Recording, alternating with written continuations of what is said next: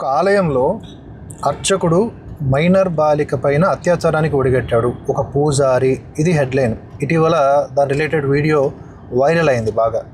కానీ ఇటువంటి sensitive issues బయటకు వచ్చినప్పుడు కనీస ప్రాథమిక సమాచారం లేకుండా తొందరగా రియాక్ట్ అవ్వటంలో గొప్పతనం ఏమీ లేదు.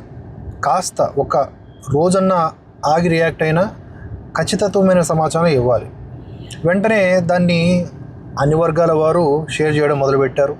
పూజారి అనే పేరుతో తిట్టడం స్టార్ట్ చేశారు.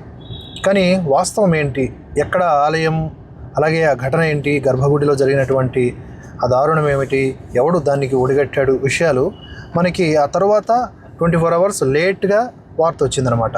రామచంద్రాపురం ఆలయంలో మైనర్ బాలికపై లైంగిక దాడికి యత్నం. రామచంద్రాపురం పోలీస్ స్టేషన్ పరిధిలోని కాళీమాత ఆలయంలో మైనర్ బాలికపై లైంగిక దాడికి పాల్పడిన సంఘటన కలకలం రేపింది. రామచంద్రాపురం పోలీస్ స్టేషన్ పరిధిలోని జరిగినటువంటి ఘటన గురించి పోలీసుల ప్రాథమిక సమాచారం. ఆలయంలో అటెండర్గా పనిచేస్తున్న సాయన్న, ఇప్పుడు ఏమిటి ఇది, పూజారి అని ఎన్నాళ్ళు ప్రచారం చేసిన వారందరూ కూడా సారీ పూజారి కాదు, అటెండర్గా పనిచేస్తున్న సాయన్నంట అని ఇప్పుడు మార్చి చెప్పగలరా? ఆ పోస్టులు డిలీట్ చేస్తారా బాధ్యతగా?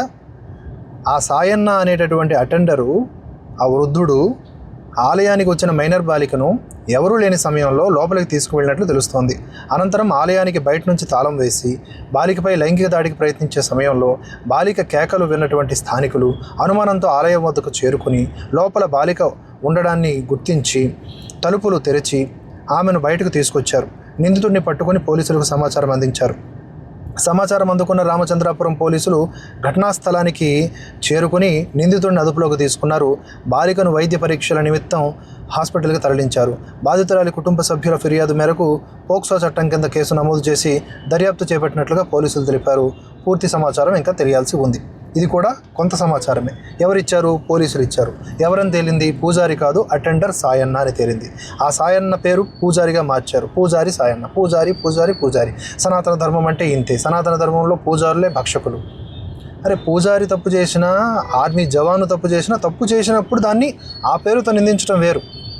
మొన్నటికి మొన్న మన ఈ రక్షణ డిపార్ట్మెంట్లోనే ఒక నేవీ అధికారి హనీ ట్రాప్కి గురైపోయి మన సమాచారాన్ని పాకిస్తాన్కి అందించాడు.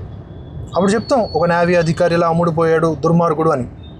పూజారి తప్పు చేస్తే పూజారని. వీళ్ళందరూ కూడా ఎంతటి సెలెక్టివ్ అప్రోచ్ చూడండి. కాషాయం తాడు కట్టుకున్నాడు కదా అని చెప్పి కసబ్ని కూడా హిందువుగా చేసేసి హిందూ టెర్రరిజం అని చెప్పి మాట్లాడినటువంటి వీళ్ళు ఈరోజు ఎప్పుడు ఏ అవకాశం దొరుకుతుందా అని చెప్పేసి, క్షమించాలి, ఇప్పుడు ఎక్కడెక్కడ ఏ అవకాశం దొరుకుతుందా అని చెప్పేసి ప్రతి దాంట్లోనూ ఏదో ఒకటి అడ్డుపెట్టి సనాతన ధర్మాన్ని హేళన చేయాలని చూస్తున్నారు. అరే, తప్పు చేస్తే ఎవడు తప్పు చేసినా తప్పేరా భయ్.